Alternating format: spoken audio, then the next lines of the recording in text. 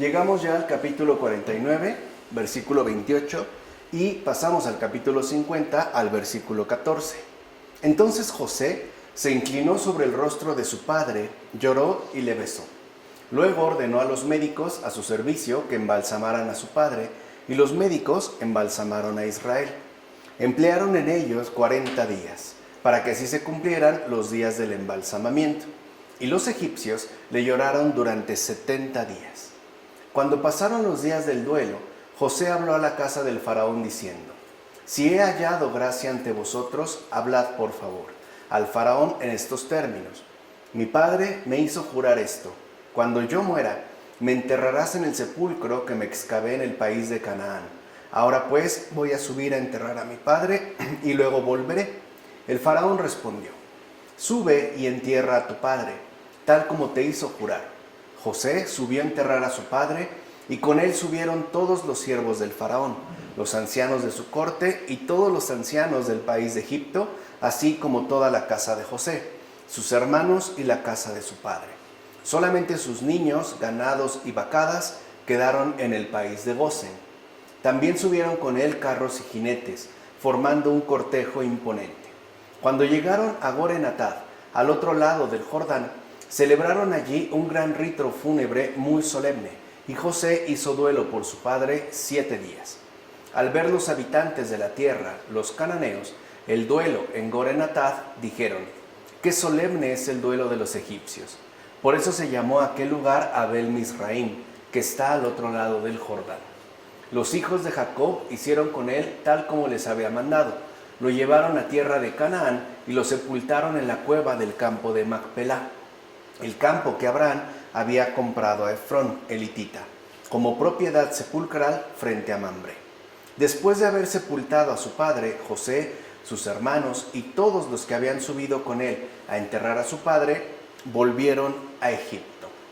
Al oír estas cosas, no pases por alto lo que aquí se dice. Más bien, considera el momento en que se están produciendo. En efecto, todavía no estaban rotas las puertas del Hades, ni sueltos los cepos de la muerte, ni se llamaba reposo a la muerte. Por eso, es decir, porque todavía tenían miedo a la muerte, obraban así. O sea, de esa forma, vamos a decirlo así, tan solemne, tan grande, incluso tan llamativa. Ahora, en cambio, por la gracia de Dios, como la muerte se ha convertido en un sueño y el final de la vida en un reposo, y es grande nuestra certeza de que hay resurrección, más bien nos regocijamos y hasta exultamos, pues ahora sabemos que se trata de pasar de una vida a otra, cosa que en estos momentos no se sabía. Y aquí ya vemos cómo efectivamente la resurrección del Señor ha venido a transformar por completo nuestra propia experiencia humana ante situaciones tan límite como lo es la muerte. Para un verdadero cristiano, la muerte en realidad no representa, humanamente hablando, gran cosa. Sabe que puede tener o no incluso un funeral, ¿no?, digamos llamativo, o pasar incluso desapercibido, pero eso no le quitará el hecho de la alegría de saber que ahora se realiza un tránsito, es decir, un paso. Recuerden que aunque ya se había visto con los patriarcas la resurrección, es lo que se ha venido exponiendo en el Génesis desde el principio, el misterio, ¿no?, de salvación, como lo hemos comentado, eso no significa que ya se hubiese realizado. Por eso todavía se da un enorme duelo, porque lo que importa, como decía Agustín, no es tanto la muerte. Decía Agustín: no te preocupes por la muerte, preocúpate por lo que viene después. Ahí sí, o sea, no por los meros trámites que terrenalmente hablando se suelen hacer. No hay gente muy preocupada por ver en dónde va a quedar, o si la quieren enterrar, o incinerar, o en qué capilla, o en qué nicho. Eso en realidad es algo ya más bien secundario. Lo que debemos de tener muy presente es que la muerte, digamos, es este acceso que humanamente atravesamos para ingresar a esa otra vida. Y como dice este padre de la iglesia, ¿y por qué digo de una vida a otra? Más bien, habría que decir incluso que se trata de pasar de una vida peor a una vida mejor. El propio Agustín llegará a decir en algún momento que, siendo honestos, esto tal y como lo hemos vivido no es vida. entre tanto sufrimiento, entre tantos padecimientos, enfermedades, debilidades, dolores, penas, etc. Esto en realidad no es vida, lo cual también ya nos habla de tener esta apertura y esta disposición hacia esa otra vida, hacia la cual ciertamente nos encaminamos ya desde aquí. Es decir, pasamos de una vida temporal a otra eterna, o sea, de una terrenal a otra celestial, como afirma Juan Crisóstomo en las homilías sobre el Génesis. Y esto también es muy fundamental de tomar en cuenta.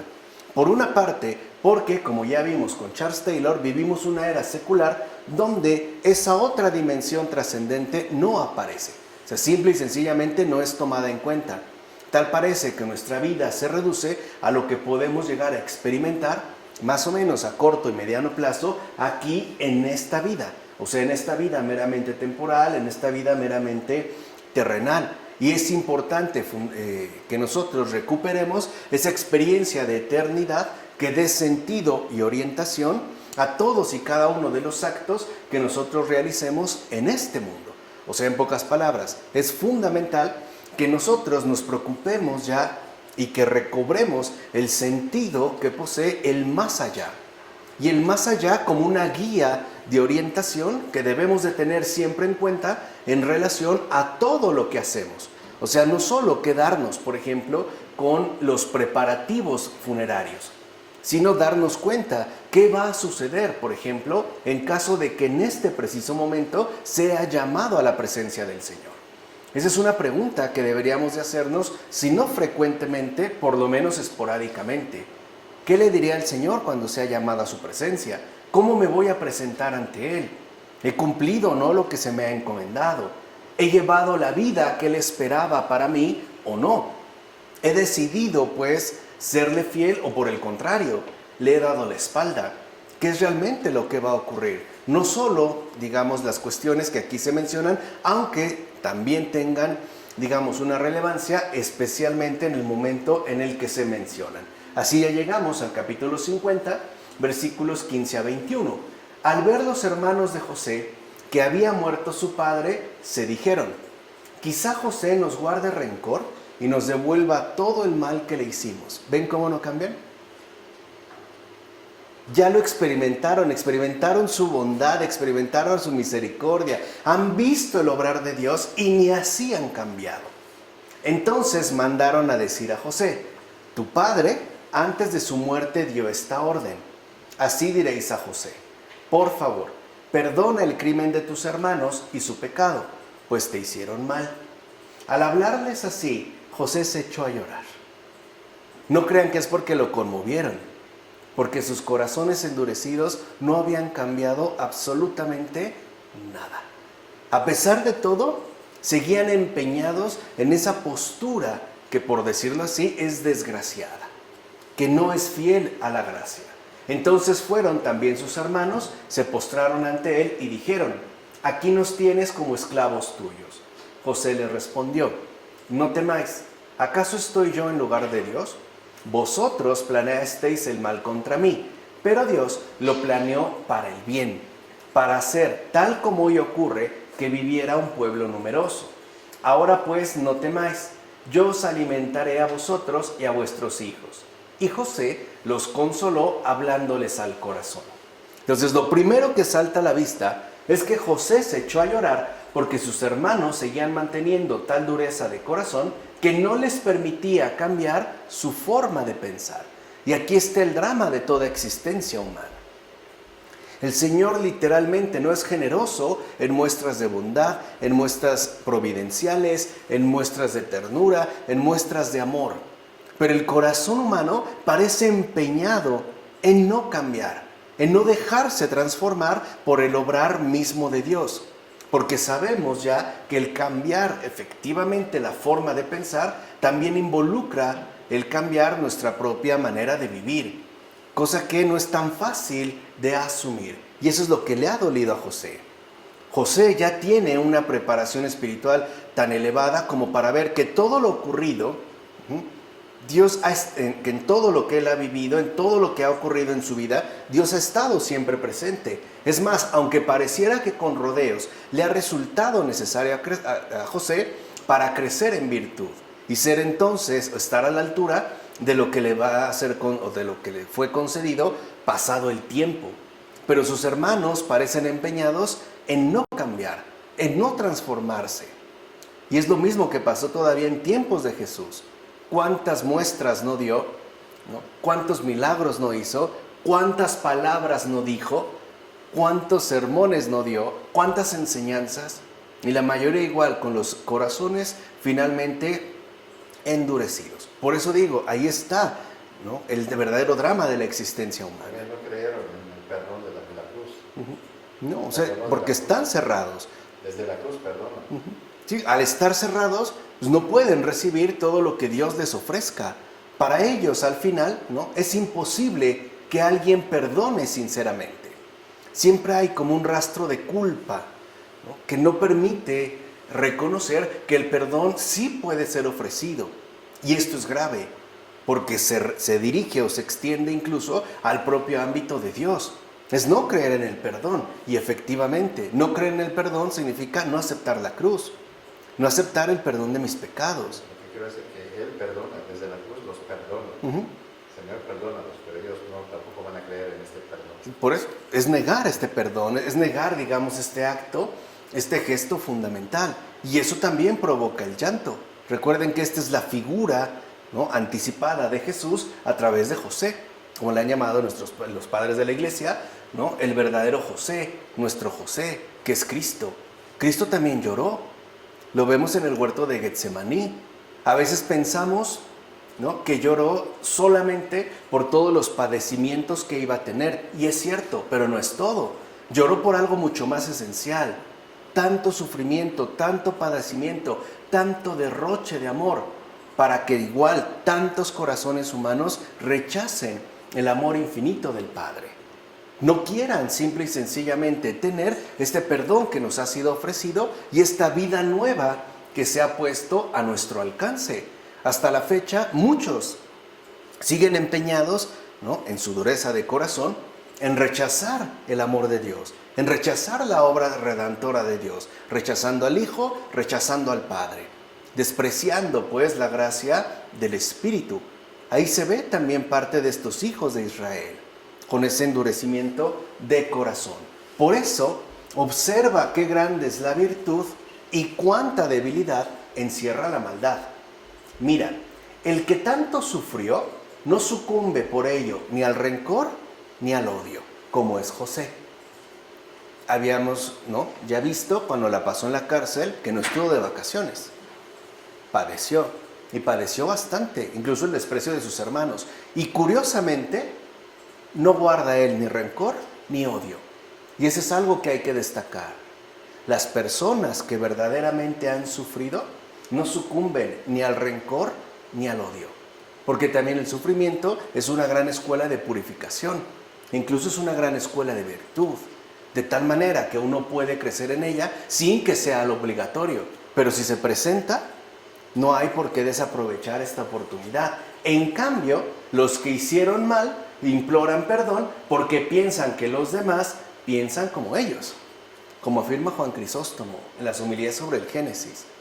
Y efectivamente así es. Las personas que obran mal piensan que todos obran de la misma manera. Por eso se adelantan a pedir perdón. O sea, no lo hacen por un arrepentimiento sincero. Lo hacen por temor a que el otro actúe ahora de igual manera, tal y como ellos lo hicieron. Lo hacen por miedo, lo hacen por astucia.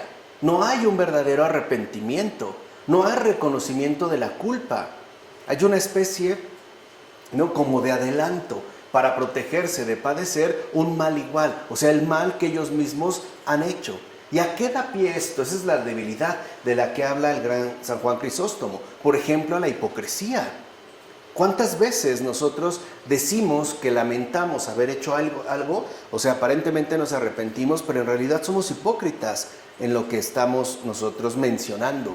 Lo hacemos a veces por no perder privilegios, por no atravesar ciertas penurias, por no vernos desamparados y sobre todo por miedo a que en el convencimiento que tenemos que todos son iguales, es decir, igual a mí, igual que yo, pues tenga que padecer lo que éste padeció. Y esto también obstaculiza e interrumpe de manera profunda el arrepentimiento que es necesario para acceder al amor de Dios. Es tanto como pensar que si yo soy malo, pues entonces también Dios es malo. Todos los demás son iguales. Ahí está la distorsión de la maldad, que piensa en efecto que hay una especie de uniformidad presente en todos y cada uno de nosotros. Ahora bien, José les enseña a sus hermanos que las fatales acciones deben ser respondidas con buenas obras. O sea, no podemos seguir exactamente en la misma línea que se ha puesto al descubierto, por ejemplo, a través de las malas acciones. En pocas palabras, lo que ya José está enseñando desde entonces es que no podemos ser iguales a los demás. No podemos asumir la misma línea adoptada por los que llevan a cabo malas acciones. Al contrario, tenemos que mantenernos firmes en las buenas obras. A eso se le llama vencer el mal con el bien. Eso también es muy cristiano. No podemos actuar exactamente de la misma manera, aun cuando ante el mundo aparezcamos como tontos o como idiotas. Pero lo que aquí se pone al descubierto es, digamos, el desarme o la desarticulación de la maldad en este mundo. La maldad siempre busca complicidad, ¿no? Busca reclutar al mayor número posible de personas. O sea, el mundo es el gran promotor de la uniformidad, o sea, todos iguales. Que si yo sé que dadas las circunstancias las personas aprovechan, por ejemplo, y mienten, entonces que yo también haga exactamente lo mismo.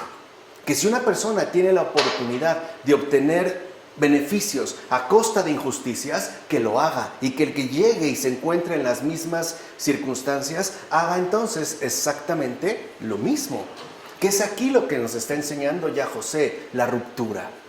No podemos entramparnos dentro de esta dinámica que es precisamente la dinámica del mundo. No podemos seguir, digamos, respondiendo o enrolándonos dentro de los planes que el mundo tiene, cuyas consecuencias son fatales. Esto lo dijo Jesús de manera muy muy clara cuando menciona, por ejemplo, que al que te golpee la mejilla izquierda, le pongas también la derecha. No está hablando en un sentido literal, está hablando en un sentido espiritual. No tienes que responder de la misma manera. Ese es el gran engaño del mundo.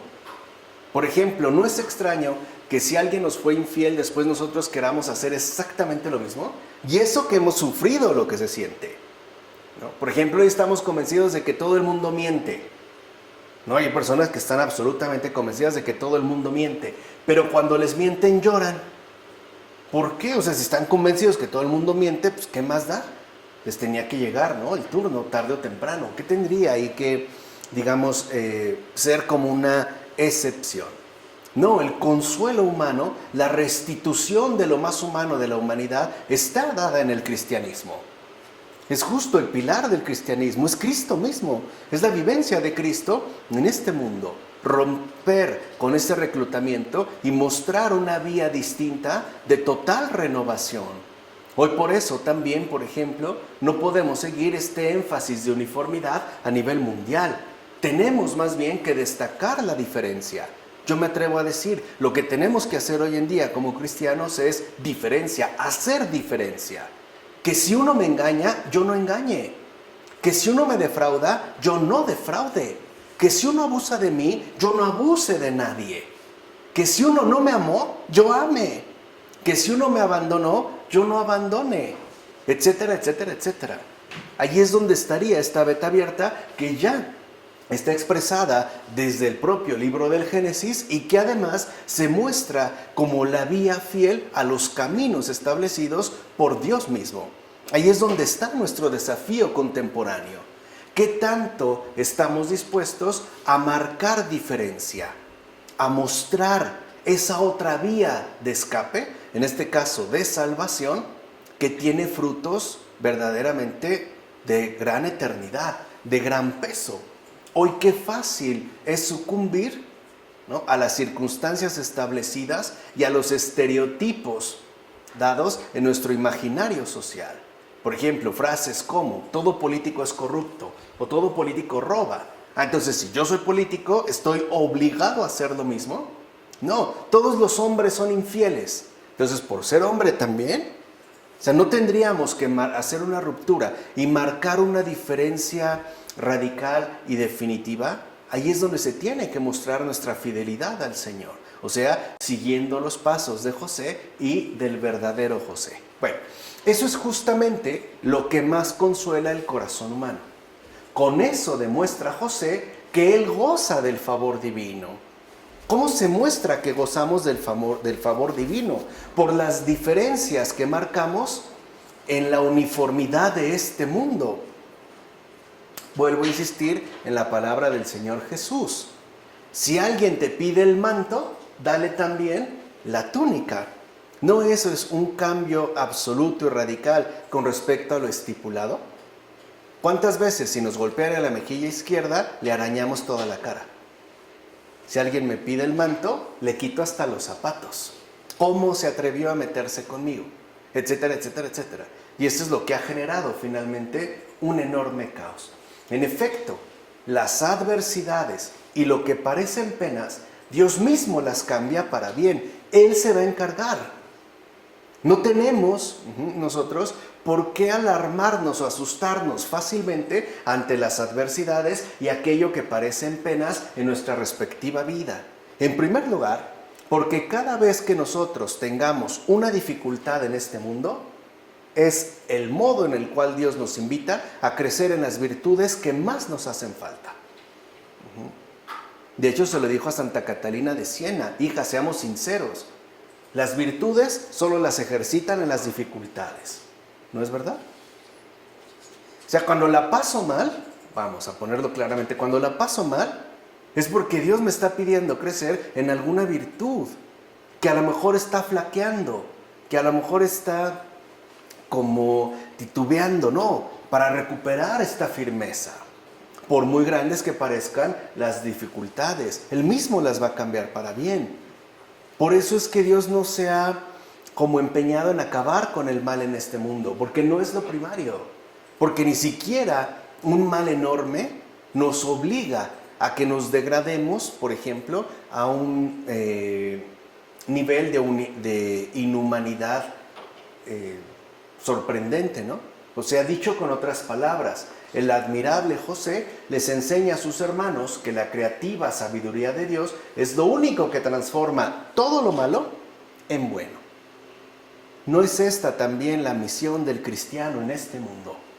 Enseñarle a todos sus hermanos la creativa sabiduría de Dios, que siempre lleva la razón, que siempre es lo único por lo que hay que optar, y mostrar esos buenos frutos donde en efecto todo lo malo queda transformado incluso en bueno, y no solo en bueno para uno. Cuando uno actúa cristianamente, uno no solo crece en virtudes, también da ejemplo a los demás. Se siembra la semilla, no podemos obligar el fruto. Tal vez el fruto no lo veamos nosotros, pero la semilla ya está puesta. Y a veces es lo que el Señor nos pide nada más, colocar la semilla a través del ejemplo. La fructificación ya será obra suya, pero ya pusimos, ya colaboramos con Él. Si vemos el fruto, qué bueno, pero si no lo vemos también. Lo que importa en este caso es la siembra, a través de la enseñanza, a través del ejemplo, es decir, a través, en este caso, del ejemplo de vida. Porque si nosotros no damos este testimonio, no aparece, no se manifiesta la creativa sabiduría de Dios. Entonces, ¿qué empieza a pensar la gente? Pues Dios es malo. Y más malo porque aquellos que supuestamente lo representan en este mundo son los peores de todos. Entonces, ¿dónde está, digamos, esta luz que tanto requiere el mundo? Llegamos al capítulo 50, versículos 22 a 26. José vivió en Egipto con la casa de su padre y llegó a los 110 años. José vio a los descendientes de Efraín hasta la tercera generación. También los hijos de Maquir, hijo de Manasés, nacieron sobre las rodillas de José. José dijo a sus hermanos: yo voy a morir, pero Dios os visitará sin falta y os hará subir desde esta tierra a la tierra que juró a Abraham, Isaac y Jacob. Luego José hizo jurar a los hijos de Israel de esta manera: cuando Dios os visite, sacaréis mis huesos de aquí.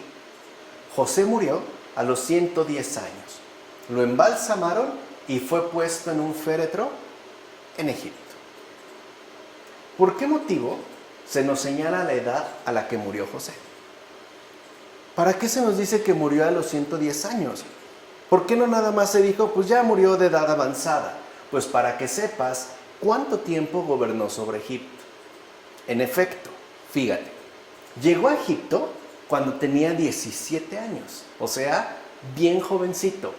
Y fue a la edad de 30 cuando lo vio el faraón e interpretó sus sueños. Así pues, José tuvo el mando completo de aquel país durante 80 años. ¿Cuántos años padeció? ¿Cuántos años son de 17 a 30? 13. Incluso en términos meramente numéricos, 13 años de padecimientos, de preparación, para 80 años de enorme bendición. Ahí se ve lo asimétrico de Dios. Nunca es, simétrico con lo que aquello que nosotros vivimos. Siempre Dios es excesivo. Dios es excesivo, en serio, en todo, ¿eh? En todo es excesivo. Su tesoro se llama derroche, ¿no? Es excesivo, excesivo en misericordia, excesivo en bondad, excesivo en paciencia, ¿no? Excesivo en sabiduría, excesivo en belleza. No es bueno, es excesivo en bondad. Siempre es un más, ¿no? Un semper mayor, como decía San Ignacio. ¿Ves entonces cómo la retribución fue mucho mayor que las penalidades? ¿Te das cuenta cómo es una enorme diferencia entre las penalidades padecidas, que sí efectivamente fueron reales, y la retribución concedida? Porque supo sufrir. Claro. Porque se nos va a pedir cuentas también en la vida eterna de cómo sufrimos. Se nos va a pedir Sí. cuentas. ¿Con qué grado de confianza y paciencia? ¿Con qué aprovechamiento? ¿No? O sea, realmente, con qué recibimiento y con qué crecimiento. Por ejemplo, como dicen los padres, en términos de virtud. Ahora, puede ser que haya personas que no tengan una cierta retribución en este mundo, pero a cambio tienen toda la vida eterna. Piensen en Lázaro, la parábola de Jesús, ¿no? Al que mejor los perros iban y le lamían las heridas. No podemos decir que la pasó muy bien, pero al final, ¿qué ocurrió? Por eso les decía, no podemos perder de vista el peso que tiene para nuestra experiencia concreta el más allá. Entonces vean qué hermoso es el Génesis. Comienza más acá, o sea, desde antes de la creación, y termina en el más allá. O sea, es como toda la extensión, ¿no?, que adquiere lo existente y que además nosotros no podemos perder de vista. ¿Ves ya cómo siempre es mucho más numerosa la recompensa? En efecto, durante 13 años José luchó en diversas pruebas. Por ejemplo, soportando la esclavitud, la acusación injusta y el maltrato de la cárcel. Y como soportó todo esto valerosamente y dando gracias, obtuvo por ello magníficas recompensas incluso en esta vida. En realidad, sufrió poco, si es que comparamos lo que gozó durante 80 años. Ahora, ¿qué son unos años en comparación con la vida eterna? ¿Qué pueden ser unos años, humanamente hablando, en comparación con la dicha que no conoce fin, con la vida misma de Dios? Yo siempre he dicho, si no hubiera nacido en mi hermano, no hubiera sido lo que soy. Sí, o sea, Son son los caminos, o sea, el Señor sabe de dónde partimos y sabe, en pocas palabras, de qué manera le va a sacar el mejor provecho. O sea, aunque a veces parezcan como rodeos, ¿no? Aunque sus planes parezcan extraños, pero Él está involucrado, vuelvo a repetir, en todo lo que sucede. Él no es ajeno a nada de lo que ocurre en este mundo. No le es extraña ninguna vida humana. Está como entretejiendo, ¿no?, todo un destino común de continuidad y de acompañamiento entre unos y otros. No entendemos lo que realiza. A veces nos pareciera que es una pérdida de tiempo o que se ha equivocado, pero la realidad es que no es así. Él nunca se equivoca. Chesterton decía, Lo que ocurre es que el buen Dios nos está haciendo un hermoso bordado. Y el problema es que ahorita lo vemos por abajo. Y un bordado por abajo es espantoso. Tiene hilos largos, hilos cortos, horrible, ni se entiende qué es. Dice, pero van a ver qué sorpresa nos llevaremos cuando nos voltee el bordado, lo veamos de frente y nos diga, miren lo que yo les he preparado. Y no solo eso, sino que asegura que incluso después de muerto, fíjense, cuando Dios se haga presente, ya está hablando José del día final, sus huesos serán transportados a otro lugar. Es decir, a la dicha eterna que trae consigo la resurrección.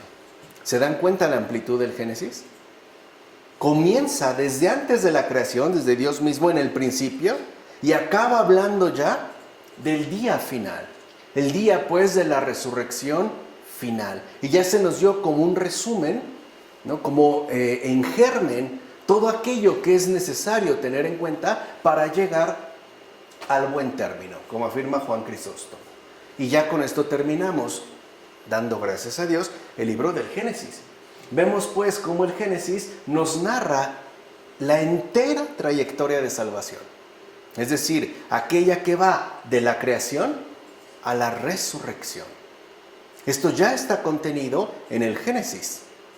Y eso es justo lo que espero que nosotros podamos, ¿no?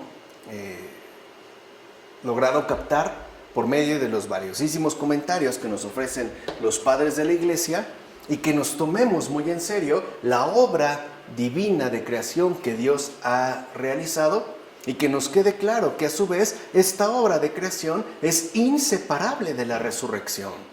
O sea, si queremos llegar a la resurrección, tomémonos muy en serio la creación y al revés, para poder comprender, captar e incluso llegar a la resurrección, tenemos primero que tomarnos muy en serio la creación. O sea, todo lo que nosotros vivimos y experimentamos aquí en esta tierra tendrá una repercusión de eternidad. Todo. Nada es en vano. Nada. Ni siquiera las palabras. ¿No? Hasta el Señor nos dijo que se nos pediría cuentas, ¿no? De cada palabra dicha.